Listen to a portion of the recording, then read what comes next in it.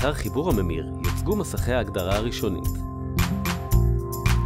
שימו לב לפעולות המבוצעות על גבי השלט לאורך התהליך. במסך הראשון יש ללחוץ על OK בשלט. כעת יש לבחור בין חיבור באמצעות כבל רשת או ברשת אלחוטית.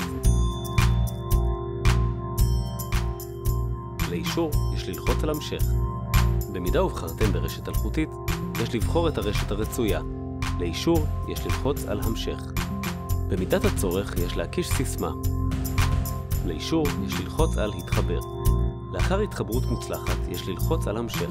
בשלב זה ייתכן ויתבצע עדכון קושרה. בסיום העדכון יש ללחוץ על אישור. כעת יש להתאים את התצוגה למסך שברשותכם. יש לעשות זאת באמצעות החצים שבשלט. בתום כל התאמה יש ללחוץ על כפתור OK בשלט.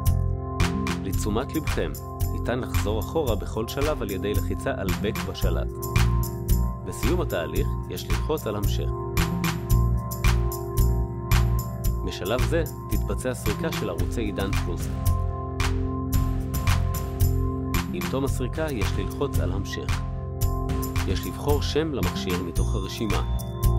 לאחר מכן יש ללחוץ על המשך. על מנת ליהנות מהיכולות החברתיות של טייק, יש להתחבר באמצעות פייסבוק.